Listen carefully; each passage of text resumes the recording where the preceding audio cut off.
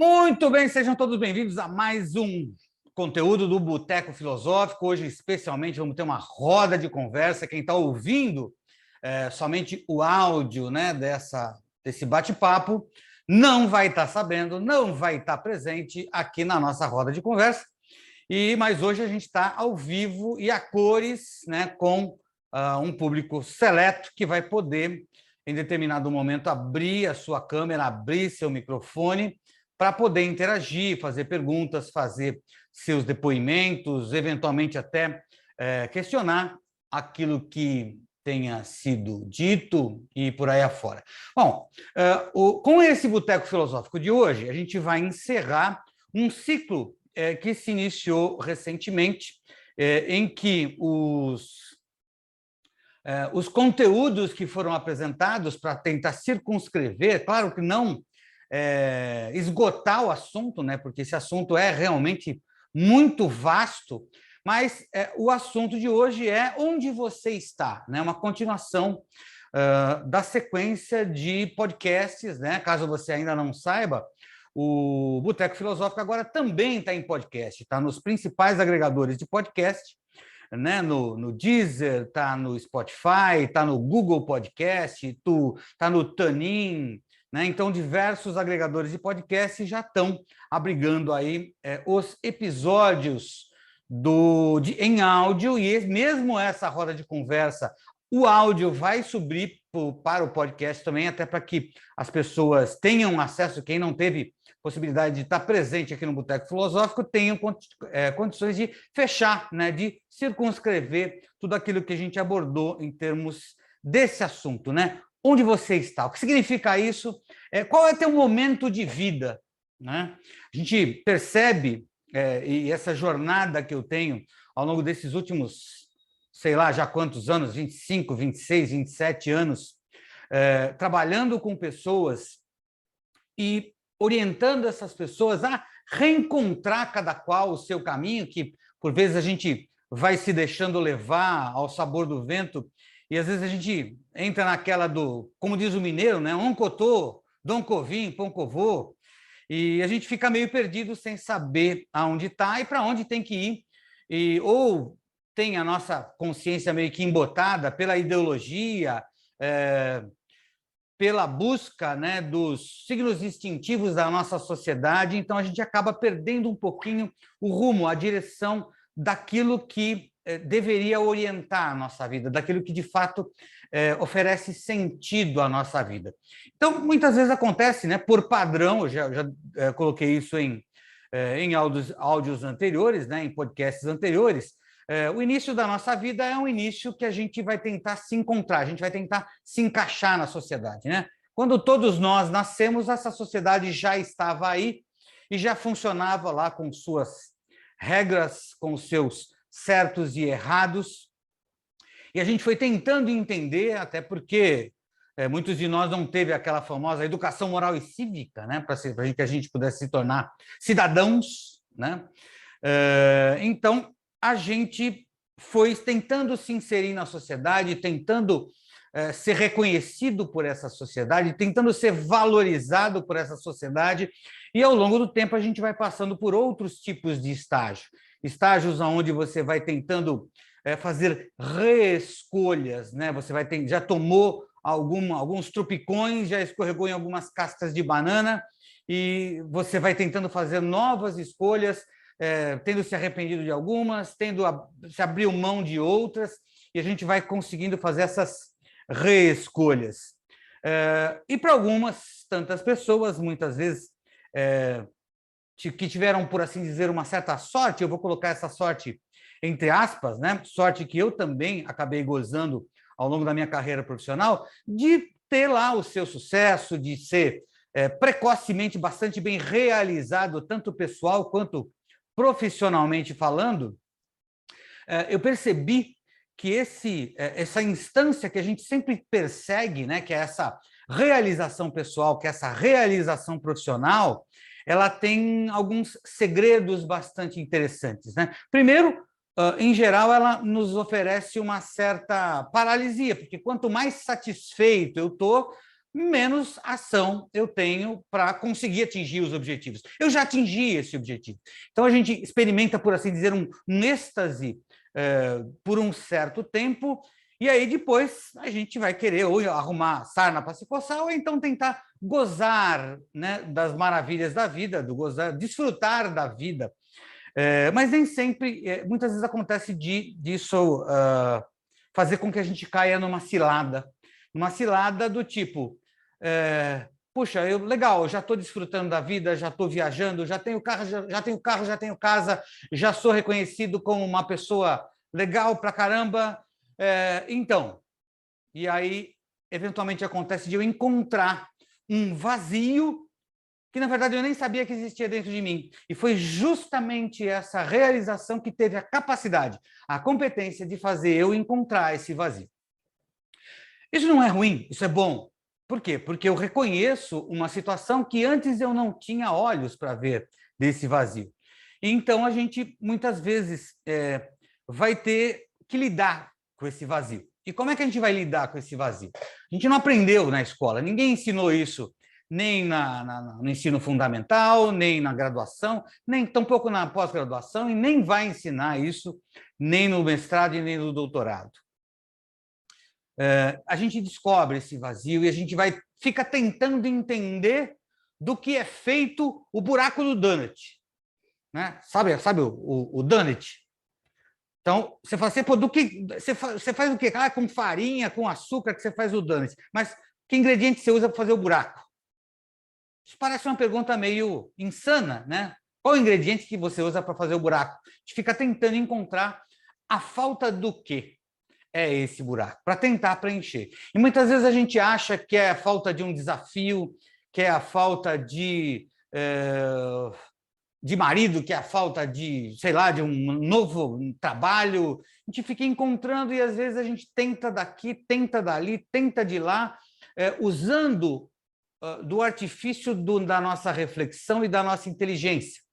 Mas eu devo confessar um grande segredo para vocês. Esse segredo é um segredo fundamental, que a nossa inteligência e a nossa reflexão não estão aptas a compreender esse vazio. A gente precisa de desenvolver um outro tipo de faculdade do pensamento. Né? Eu que tive talvez a sorte aí, né, de ter 30 anos de tecnologia para desenvolver a minha racionalidade, aí depois, ao longo do tempo que eu fui trabalhando com programação neurolinguística, eu tive a sorte também de poder desenvolver todo um grau de competência emocional que me livrou de uma saraivada de problemas que eu poderia ter ao longo da minha vida, e mesmo a minha intuição, que eu acabei usando, e aliás ela, mais até do que a minha inteligência, teve a capacidade de me retirar uma porção de cascas de banana do caminho, que eu acabei não escorregando justamente por conta de confiar na minha intuição, de reconhecer a minha intuição e de confiar na capacidade dessa intuição, que a gente não consegue explicar, porque a intuição não fica no âmbito do racional. E aí, aconteceu que chegou um determinado momento da minha vida que tanto as minhas competências emocionais, quanto as racionais, quanto a minha intuição não eram competentes suficiente para fazer com que eu me desvencilhasse de um enrosco em que eu estava metido. Agora, eu vou até puxar um pouquinho o episódio do podcast que eu gravei hoje, que acho que ninguém assistiu ainda, então só para contextualizar isso. Existem 2 momentos de vida que são extremamente singulares. Um desses momentos, eu apelidei ele de experiência limite. O que é uma experiência limite? É quando tudo ao nosso redor, né, tudo à nossa volta começa a desmoronar. Puxa, eu fico doente, perdi o emprego, fali a empresa, meu relacionamento foi para a cucuia, tudo ao meu redor parece que está desmoronando, né? E eu não sei o que fazer com isso. Né? E as estratégias e as ferramentas e as experiências passadas parecem não ter a capacidade de resolver o problema. Eu tento conversar, eu tento usar do foco, eu tento usar da minha capacidade de raciocínio, mas parece que nenhuma dessas ferramentas, nenhuma dessas estratégias, nenhuma dessas experiências tem a capacidade de fato, me fazer escapar disso. Só que a experiência limite ela tem algumas características que são bastante interessantes. Ela começa como se fossem sussurros na nossa orelha, né? Como se fossem pequenos sinais.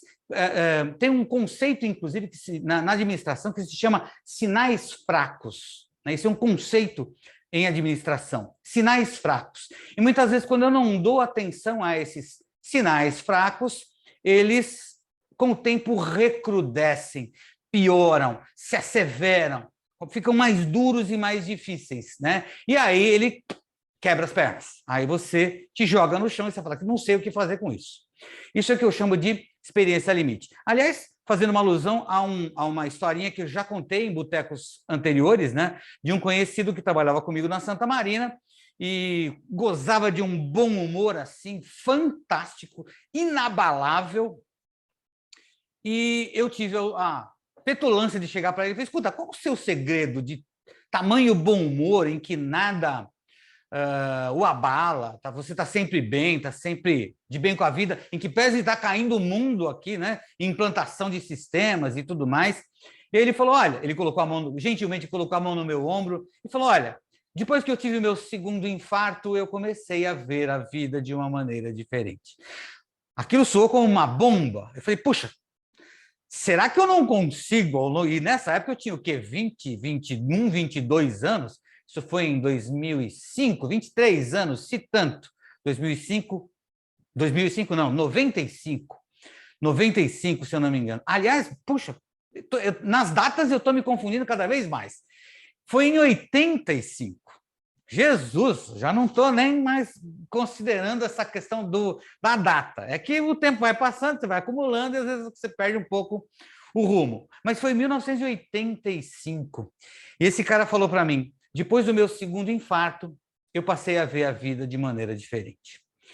Aí eu tomei para mim um certo compromisso. Falei, caramba, será que eu não consigo ver a vida de uma forma diferente sem precisar contar com a sorte de me fazer passar ileso pelo segundo infarto? Então, eu tomei isso como se fosse uma orientação para a minha vida.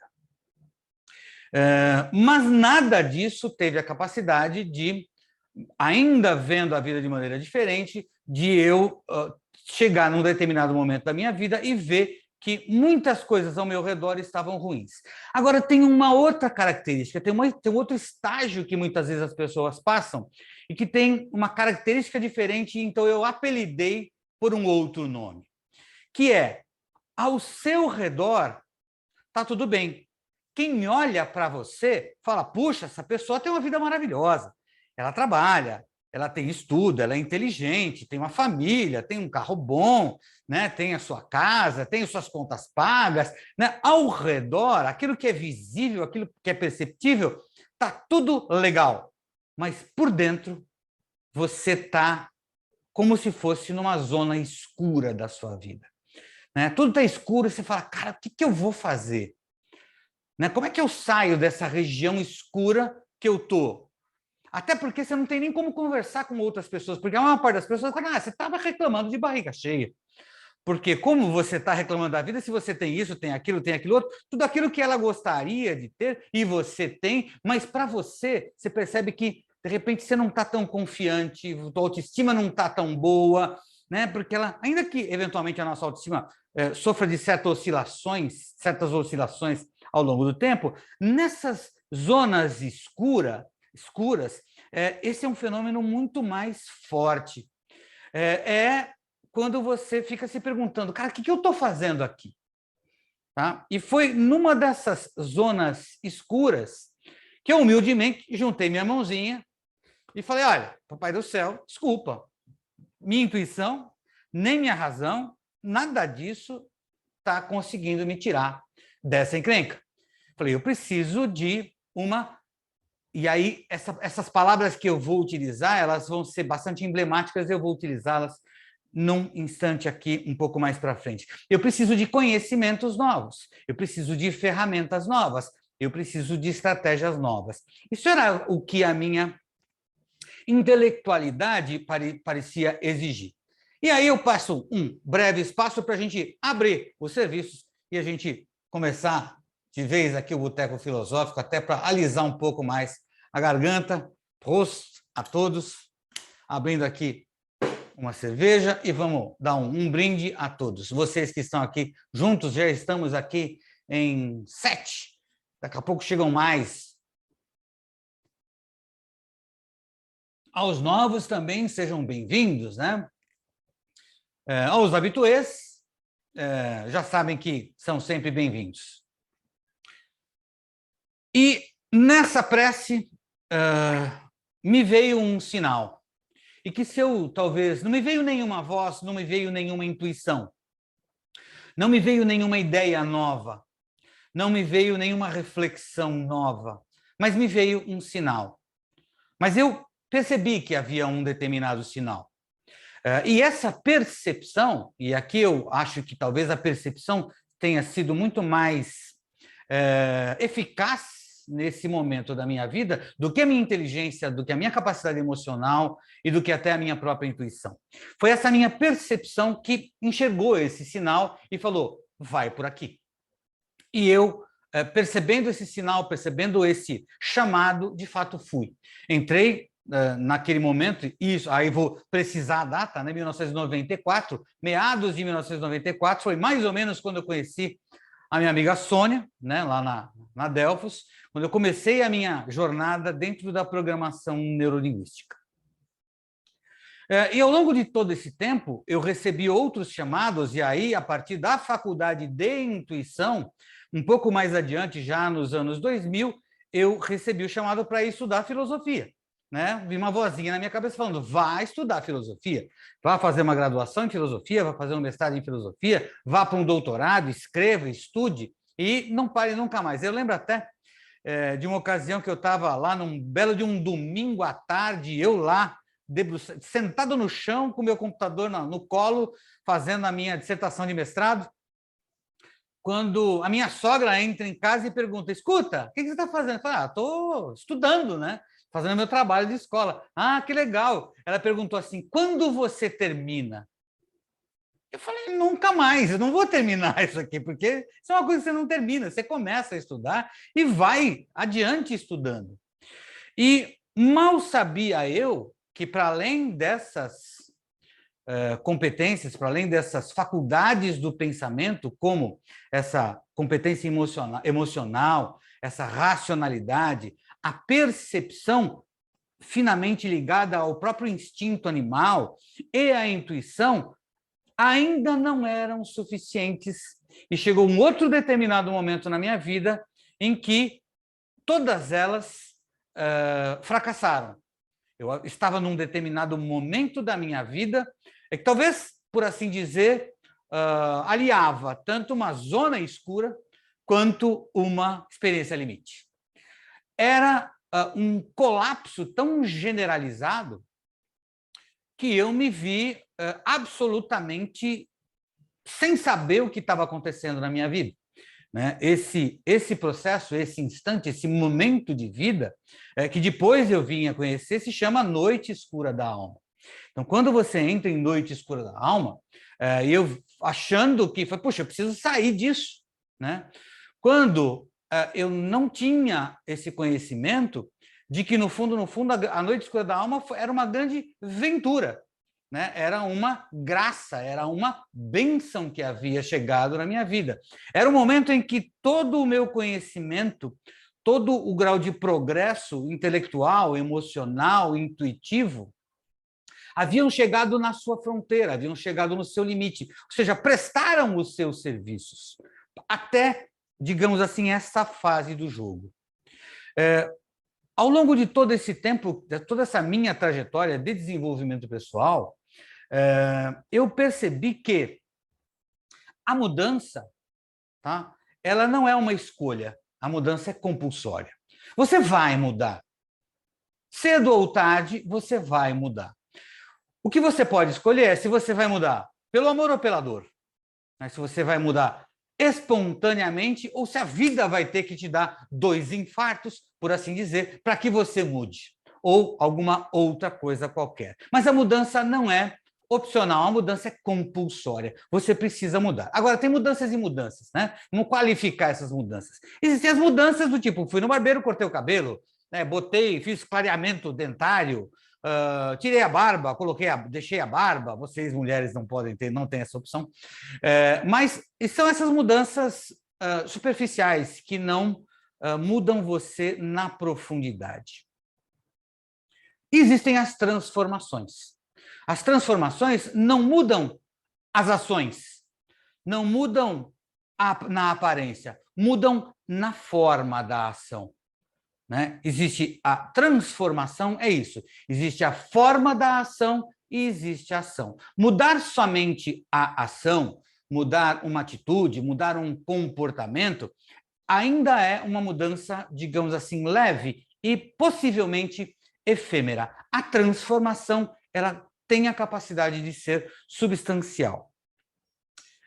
Ocorreu também um outro fenômeno comigo ao longo desses últimos 15 a 20 anos, que quando eu estava lá me formando né, todas as formações de programação neurolinguística, nós éramos caçadores de crenças limitantes. Né? A nossa ferramenta de trabalho era encontrar a crença limitante do nosso cliente para fazê-lo superar a crença limitante. Aí eu comecei a perceber que trabalhar com crenças limitantes era muito limitante. Era possível você promover transformações muito mais profundas, muito mais organizadas, num outro nível de transformação, que era no nível das atitudes, no nível da postura, no nível de identidade, no nível de quem sou eu, e numa mudança na visão do mundo. Essas mudanças, essas transformações eram muito mais sistemáticas, eram muito mais profundas e mudavam inúmeras outras coisas. Eu percebi, a metáfora que eu construí para isso foi a metáfora de um cacho de uvas, né? Onde cada uma das uvas seria, por assim dizer, uma crença. Então, eu vou e trabalho com uma crença, uma uva, depois mais uma uva e depois mais uma uva. Quando você muda o escopo da sua mudança, da sua transformação, você vai no cacho, no caminho que sustenta e suporta todas as uvas. E essa transformação faz mudar, digamos assim, faz amadurecer todas aquelas uvas que estavam verdes ou podres, as podres caem e as verdes amadurecem. Então, existem possibilidades de transformação muito maiores, muito mais potentes, muito mais organizadas, que transformam muito mais a nossa vida e aceleram o nosso progresso. Eu estabeleci para mim que eu ia me instalar naquilo que eu chamei de zona de confronto. O que significa zona de confronto? É muito mais do que sair de uma zona de conforto, que é você chegar e ir para uma zona de confronto com as suas dificuldades, com os seus medos, com as suas limitações, com as suas fraquezas, com as suas fragilidades. E me defrontar com cada uma dessas dificuldades. E qual não foi a minha surpresa? É claro que você fala assim, vou me manter em zona de confronto ininterrupto, é uma coisa que pode parecer assustadora. Mas qual não foi a minha surpresa quando eu percebi que, de fato, se estabelecer numa zona de confronto é muito mais um processo de aprender e mudar espontaneamente e mudar pelo amor. Né? Eu diria que a zona de progresso que eu entrei fluiu de maneira muito mais rápida, muito mais organizada. Então, a mudança, ela não é opcional, a mudança ela é compulsória. Resta saber como você vai mudar. Se você vai mudar por bem ou se você vai aguardar algum desses sinais da vida que vão te empurrar para que você mude, para que você se transforme, para que você, aproveitando a fala daquele meu amigo, para que você veja a vida de maneira diferente. Agora, e para quem não respondeu ainda um formulário, eu passei para algumas pessoas um formulário com algumas perguntas, né? Algumas perguntas tentando com o objetivo de tentar entender que momento da vida você está. E esse formulário me ofereceu surpresas agradabilíssimas e outras surpresas surpreendentes, realmente coisas muito surpreendentes. Qual não foi a minha surpresa? E aqui eu vou até tentar resgatar, de fato, a informação fiel e precisa. Uma das perguntas que eu fiz foi... deixe-me ver. O que você acha que de onde você acha que poderiam vir as respostas para as dificuldades que você enfrenta na sua vida? Mais de 60% das pessoas disseram de uma filosofia feita de maneira séria, e 44% das pessoas disseram da minha própria reflexão. Ou seja, eu mesmo, com a minha própria reflexão, vou conseguir respostas a isso. Legal. O que te ajudaria a superar suas dificuldades? 50%, né, respondeu que com conhecimentos novos e estratégias mais eficientes, e mais ainda de quebra, né, 12,5% falando ferramentas novas para lidar com os problemas. Engraçado isso, porque a maior parte das pessoas confia de maneira bastante grande na sua própria inteligência e na sua própria capacidade de reflexão. Agora, eu percebi, ao longo dessa minha jornada, que muitas vezes, né, e aí eu vou aproveitar, vou me apropriar de uma frase de Blaise Pascal. Pascal é um filósofo francês que viveu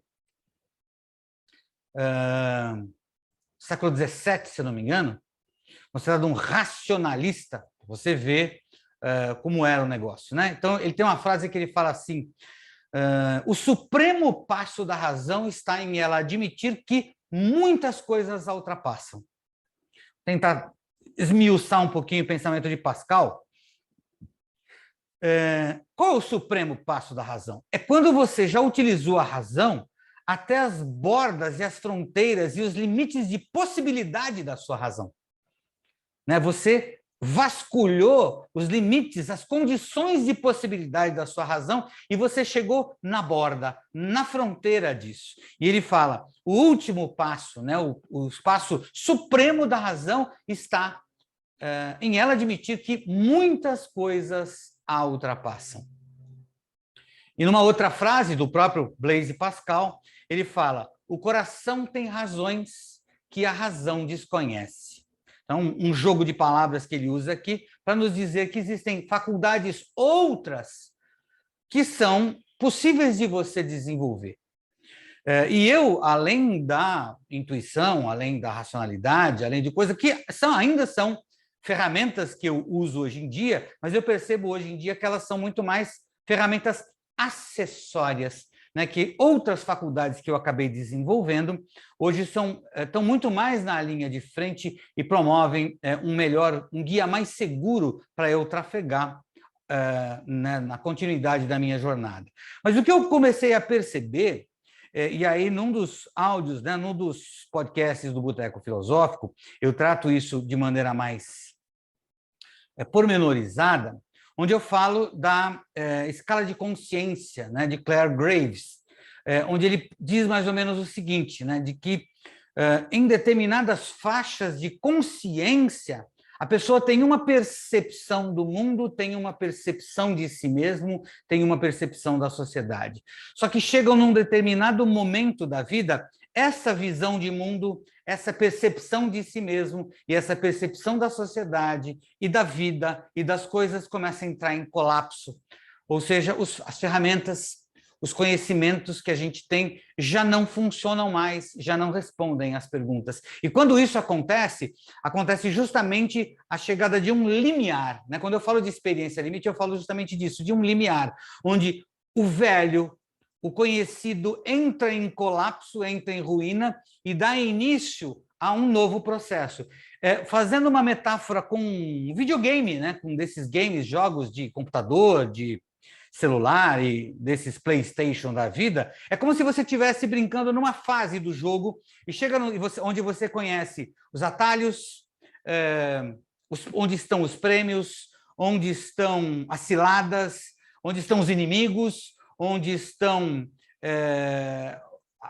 os apetrechos, né, as ferramentas para você lidar bem naquele nível do jogo. Aí chega num determinado momento, você passa para o próximo nível do jogo. Quando você chega neste outro nível, aqueles prêmios que você teve no nível anterior são insuficientes.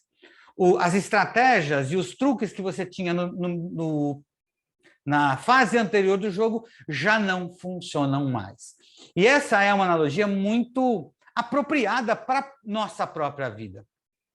Citando um outro filósofo, Ludwig Wittgenstein, que é um filósofo que eu considero ele justamente na parte da filosofia da psicologia, ele tem uma sacada que é genial. No final do primeiro livro dele, Tratados Lógicos Filosóficos, ele fala: se você entendeu o que eu escrevi, você subiu como que por uma escada de um patamar a um outro. Portanto, você pode jogar a escada fora. Tá? Você não vai voltar para o patamar inferior, você não vai voltar para baixo mais. Mas essa escada não vai te adiantar nada para você continuar nesse patamar, tampouco ela vai ser competente para te levar para o andar de cima.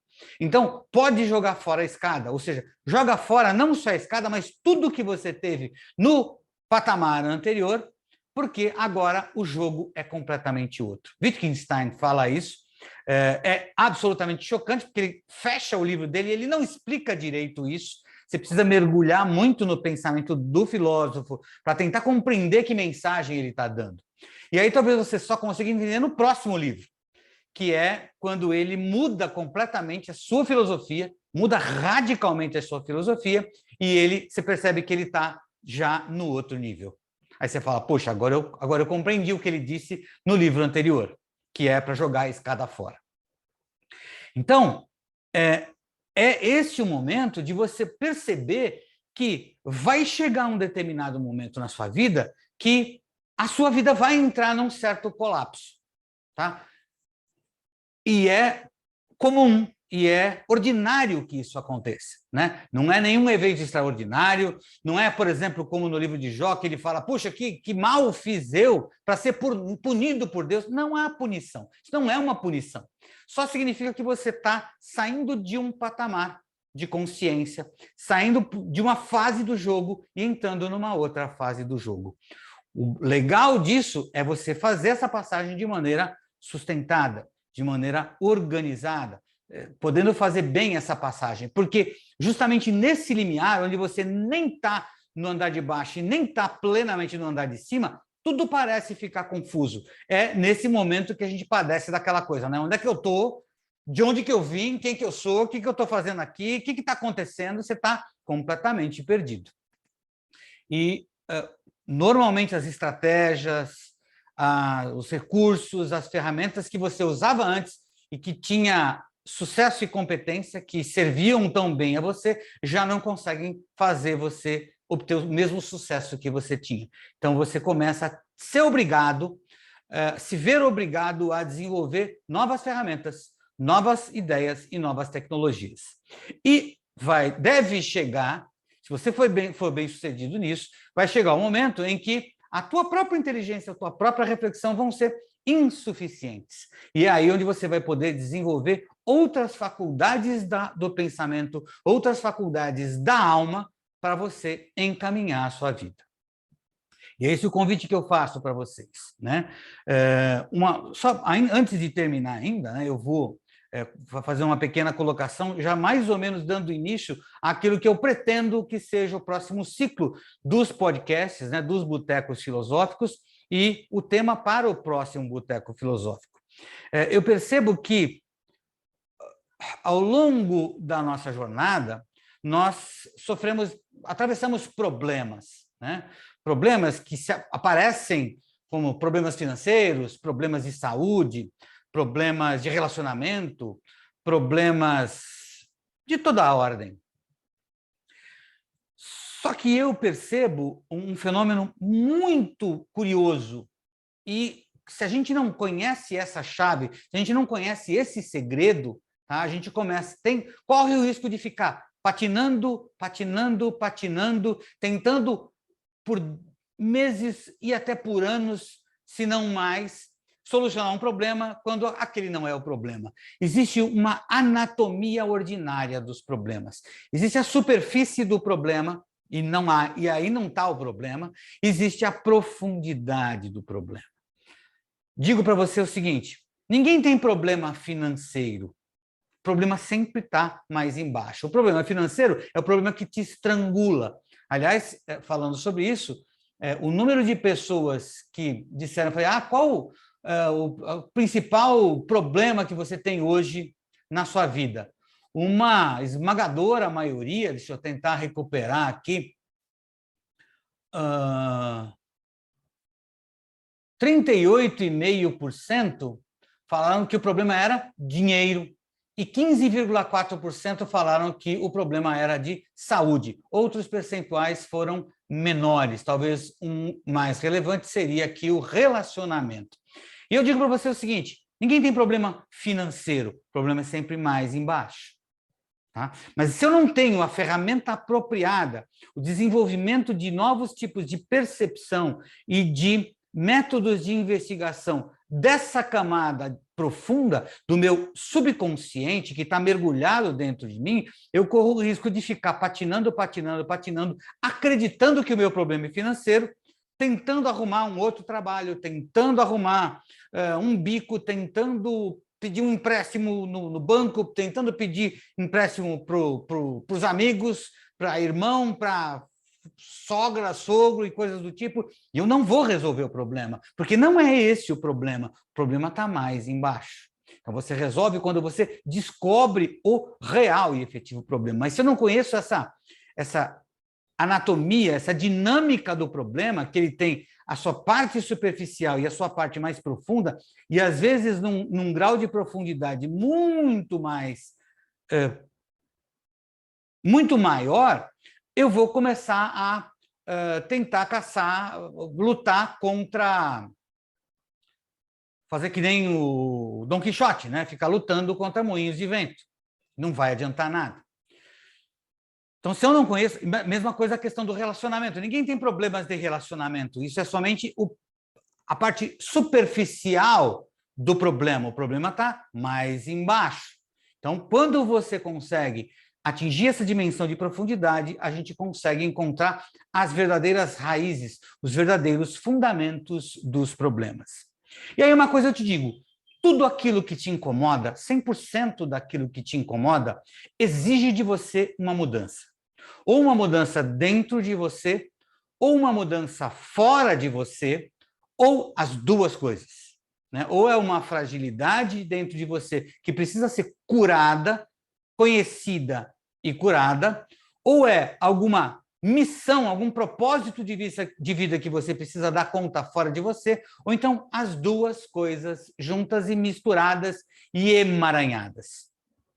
Então, quando você consegue perceber em que momento de vida você está, você se encontra e eu posso jogar uma luz sobre esse momento da sua vida, né? Porque eu já atravessei por vários momentos. Claro que eu não sei ainda o que eu tenho pela frente nos meus próximos 60 anos, por assim dizer, né? Já que esse ano eu completo 60, eu estou aguardando aí pelo menos mais 60, porque esse ano eu chego à metade da minha vida, então eu quero saber ainda o que vai acontecer. Isso é tudo um mistério ainda para mim, mas aí vão ter mais outros botecos filosóficos para a gente tentar desvendar esse mistério do que acontece, né, nos últimos 60 anos da sua vida. Agora, muitas vezes a gente aguarda e espera só por conhecimentos novos, só por ferramentas novas, só por estratégias novas. Eu digo para você, por vezes isso ajuda, por vezes isso te desvencilha de uma ou outra dificuldade, mas vai chegar um momento em que isso não vai ser suficiente. Você vai precisar desenvolver outras faculdades para lidar com as suas emoções, para lidar com intuições que você não consegue compreender, para você aprender a dar atenção, a dar crédito à sua intuição. É possível que você tenha que ter um certo grau de desenvolvimento para você reconhecer a sua intuição. Até porque a intuição ela é muito contrária à razão, né? Você não tem como explicar uma intuição.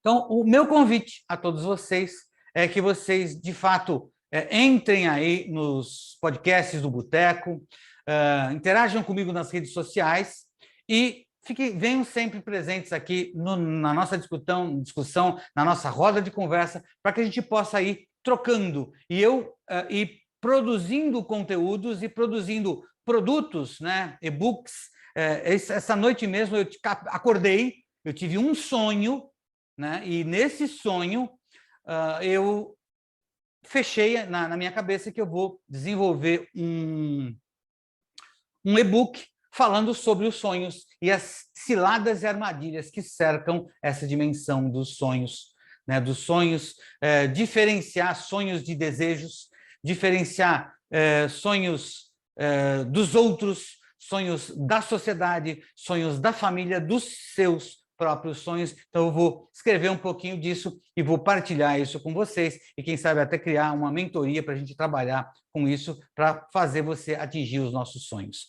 E cuidar um pouquinho. Vai me acompanhando nas redes sociais e vai interagindo, me fazendo perguntas, me fazendo questionamento. Isso sempre enriquece, inclusive, as minhas próprias postagens. As dúvidas de vocês, as postagens de vocês me fazem querer postar outras coisas. Inclusive, recentemente eu postei alguma coisa acerca da ideia de foco, né? Eu percebo que muitas pessoas caem um pouco nessa cilada do foco. Todo mundo fala, e não, porque você precisa ter foco na sua vida, você tem que ter foco, foco, foco. Então, existe toda uma apologia ao foco. Nada contra o foco, eu acho que ter foco é muito importante. Mas o que as pessoas não veem é que na ideia de foco existe uma cilada, né, que muitas vezes, quando você foca em uma coisa, todo o restante fica esmaecido, e muitas vezes, nesse entorno, nesse restante, tem tantas coisas maravilhosas que acabam passando despercebidas. Por quê? Porque eu não me enxerguei, porque estava fora do meu foco. Eu atingi um objetivo, que legal, atingi um sonho, e eventualmente perdi de conseguir atingir coisas até muito mais legais. Então, estou falando para você não ter foco? Não, não. Estou falando para você ter foco, mas para você ter um olhar que vai olhar para o foco, mas também vai olhar ao redor, para você dialogar com esse momento, para você dialogar com esse futuro e não construir um futuro a marteladas, mas um futuro que seja de fato criador, né? Aludindo aqui em Bergson, né? Na sua Evolução Criadora, aliás, recomendo muito, né? Evolução Criadora, e de tal modo que eu possa palmilhar esses passos da minha vida com muito mais riqueza e não empobrecendo o meu futuro apenas com as minhas estratégias de passado. Vou ficando por aqui, convidando você para acompanhar os podcasts do Boteco Filosófico no agregador que você mais gostar, Spotify, no Deezer, no Google Podcast, como chama? No TuneIn, seja lá qual for, você vai me encontrar, é só procurar lá, Jadir Mauro Galvão, você vai encontrar tanto o podcast do Boteco quanto o podcast do Filosofia nas Empresas, e aí consuma gratuitamente, inscreva-se inclusive no canal, ou então também no meu canal do YouTube. Eu vou encerrando a gravação aqui agora, para quem está só me ouvindo ou então vendo no YouTube, eu me despeço, né? Infelizmente, não vou poder te convidar a abrir a sua câmera e a conversar de modo aberto na roda de conversa. Isso só os privilegiados vão ter essa possibilidade a partir de agora. Fiquem todos com Deus e eu vou abrir aqui as discussões para as pessoas que estão aqui presentes na roda de conversa. Fiquem todos com Deus e até o próximo Boteco Filosófico.